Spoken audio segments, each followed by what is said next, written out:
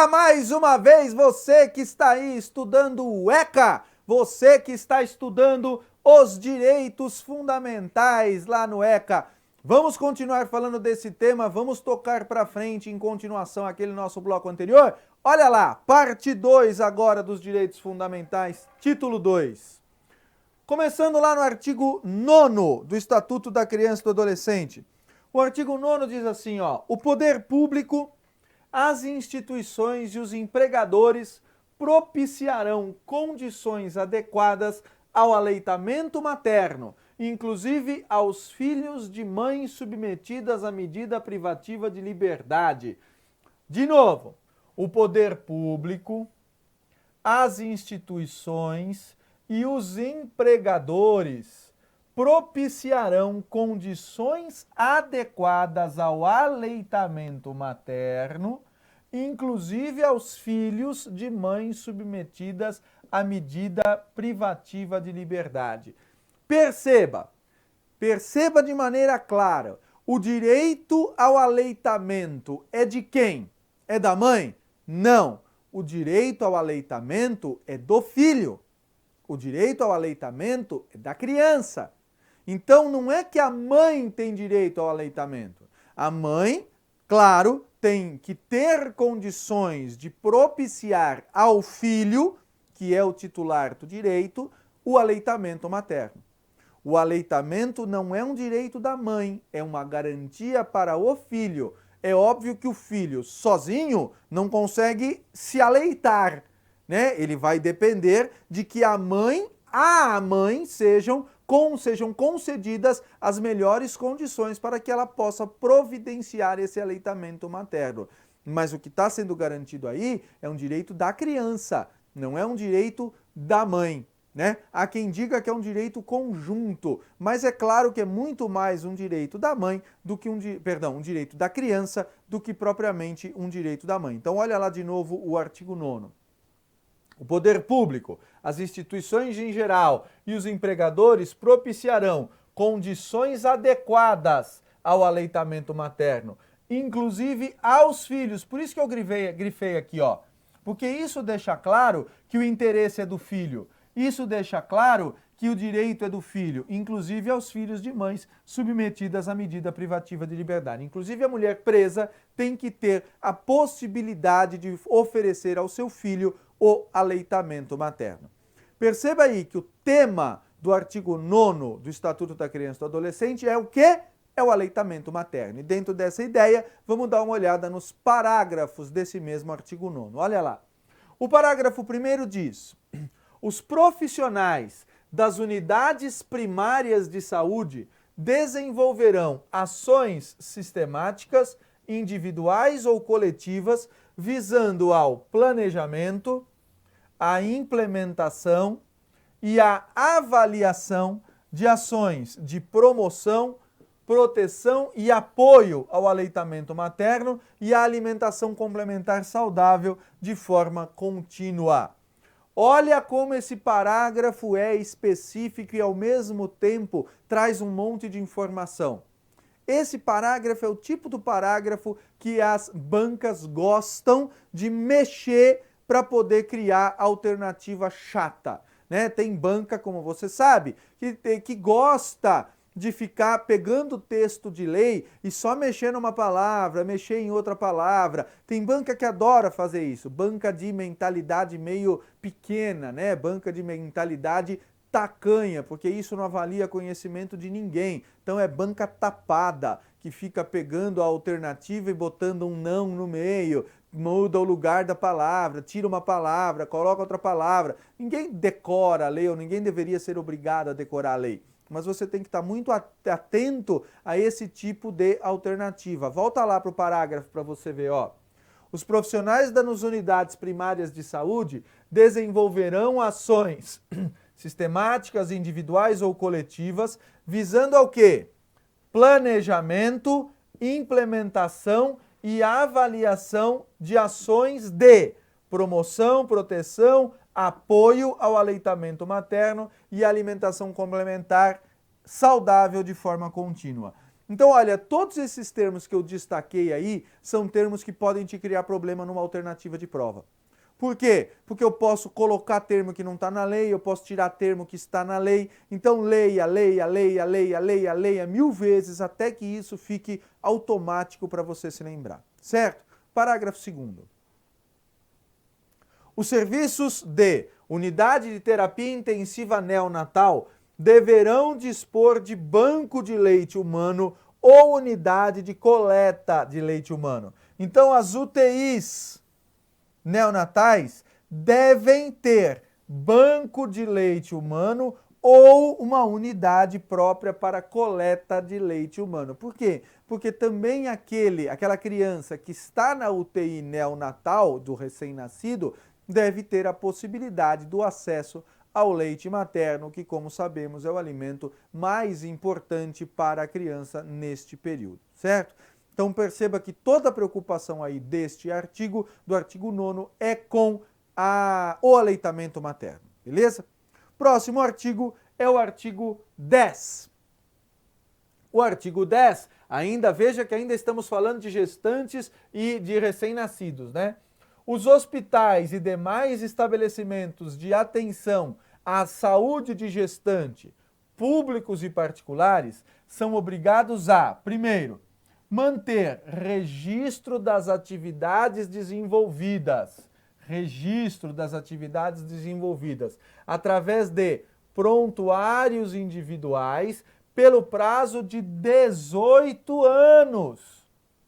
Então tem que ter registro das atividades desenvolvidas com prontuários individuais de quem era gestante, como foi, o que aconteceu, como foi o parto, tudo isso. O prontuário da gestante e, por consequência, do recém-nascido tem que ficar guardado lá por 18 anos. Inciso 2.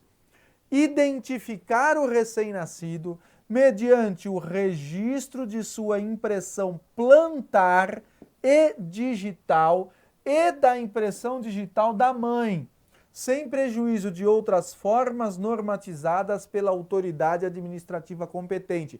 Olha esse inciso aí, como isso dá uma linda alternativa de prova.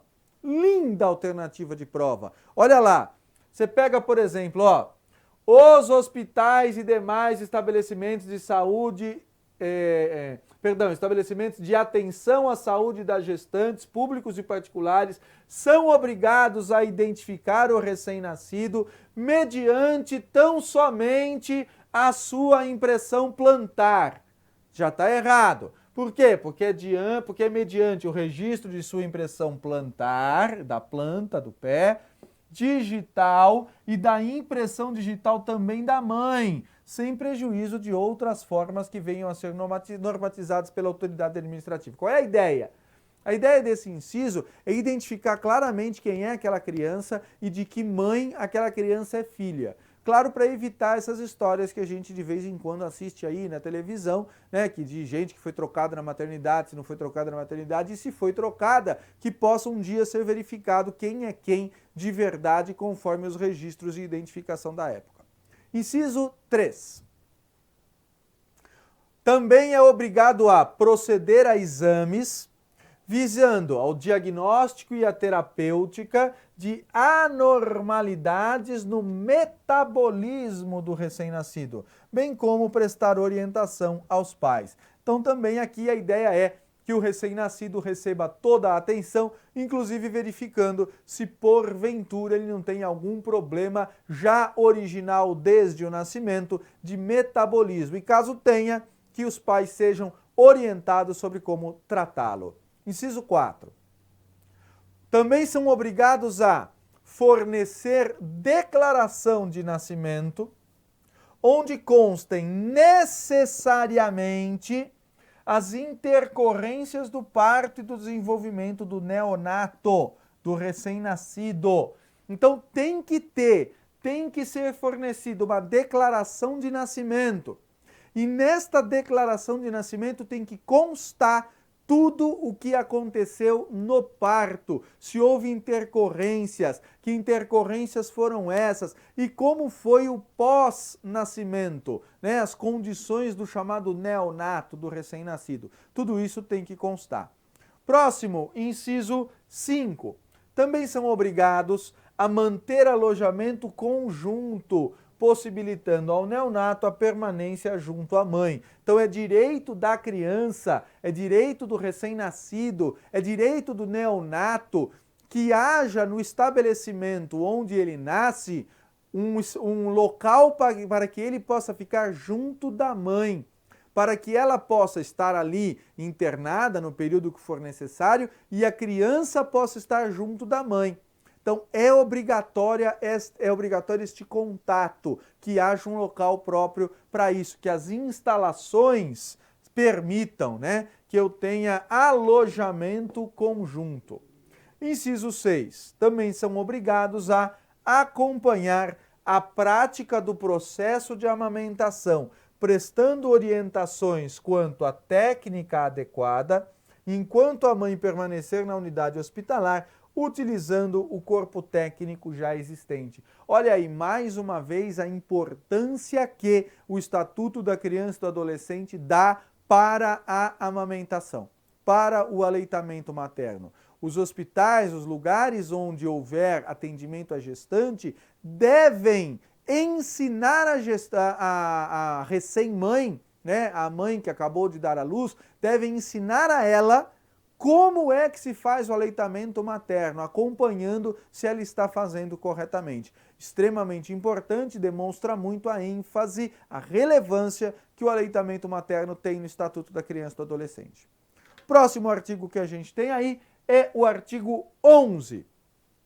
O artigo 11 diz assim, ó: é assegurado acesso integral às linhas de cuidado voltadas à saúde da criança e do adolescente por intermédio do Sistema Único de Saúde, observado o princípio da equidade no acesso a ações e serviços para promoção, proteção e recuperação da saúde. Então é assegurado o acesso integral às linhas de cuidado voltadas à saúde da criança e do adolescente, ou seja, todo mundo tem direito de acesso por meio do Sistema Único de Saúde, observado o princípio da equidade no acesso. A ideia do artigo 11 é que todas as crianças, todos os adolescentes devem ter acesso ao sistema de saúde, né? É garantido a todos acesso em igualdade de condições.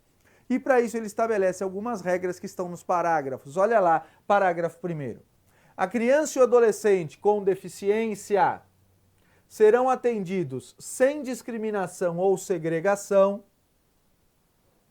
em suas necessidades gerais de saúde e específicas de habilitação e reabilitação. Então, as necessidades de saúde são gerais e as necessidades específicas da criança e do adolescente com deficiência devem ser respeitados também.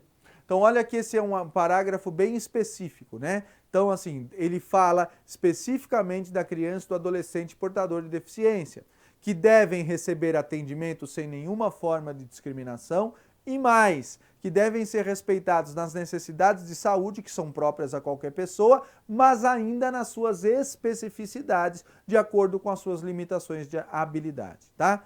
Próximo parágrafo é o parágrafo 2º, que fala: incumbe ao poder público fornecer gratuitamente a todos aqueles que necessitarem medicamentos, órteses, próteses e outras tecnologias assistivas relativas ao tratamento, habilitação ou reabilitação para crianças e adolescentes, de acordo com as linhas de cuidado voltadas às suas necessidades específicas. Então, o poder público tem que fornecer gratuitamente tudo que for necessário para o atendimento da criança e do adolescente. Vai precisar uma prótese, tem que providenciar. Então, tudo aquilo que for necessário tem que ser fornecido gratuitamente pelo poder público. Parágrafo 3º diz o quê? Os profissionais que atuam no cuidado diário ou frequente de crianças na primeira infância receberão formação específica e permanente para a detecção de sinais de risco para o desenvolvimento psíquico, bem como para o acompanhamento que se fizer necessário. Então, os profissionais que atendem a primeira infância, logo no início da vida da criança, devem estar preparados para, pelo contato com esta criança, perceberem, notarem eventuais alterações psíquicas e, caso percebam, que deem o andamento necessário para o tratamento respectivo. Aí uma grande preocupação do Estatuto da Criança e do Adolescente com as condições de estabilidade psíquica também da criança, certo? Aí a gente tem na sequência o artigo 12. O artigo 12 diz assim, ó: os estabelecimentos de atendimento à saúde, inclusive as unidades neonatais de terapia intensiva e de cuidados intermediários, deverão proporcionar condições para a permanência em tempo integral de um dos pais ou responsável, nos casos de internação de criança ou adolescente. Criança ou adolescente que for internada, seja em hospital, seja na parte comum ou seja na UTI, tem direito que um dos seus pais ou um responsável fique permanentemente ali com ele. Volta lá. Então, olha, os estabelecimentos de atendimento à saúde, inclusive as unidades neonatais, unidade de terapia intensiva e de cuidado intermediário, deverão proporcionar condições para a permanência em tempo integral de um dos pais ou responsável nos casos de internação de criança ou adolescente. Lembra que a gente parte sempre do ponto de vista de que a criança e o adolescente merecem proteção, merecem cuidado, merecem tratamento especial. E por isso, ninguém melhor do que o pai, a mãe ou algum responsável, dependendo do caso, para dar este conforto, este bem-estar, esta segurança de que a criança ou adolescente precisam nessa situação. Então, se a criança está internada, se o adolescente está internado num hospital, é claro que a própria situação de estar internado no hospital lhe causa insegurança, lhe causa temor. E por isso é que a lei garante a presença em tempo integral do pai, da mãe ou de algum responsável que possa dar mais segurança, mais bem-estar para esta criança ou para este adolescente. Ok? Então era isso que eu tinha para falar para você sobre esse tema até aí. A gente vai continuar falando desse assunto, não perca a nossa continuação. Um abraço e até mais.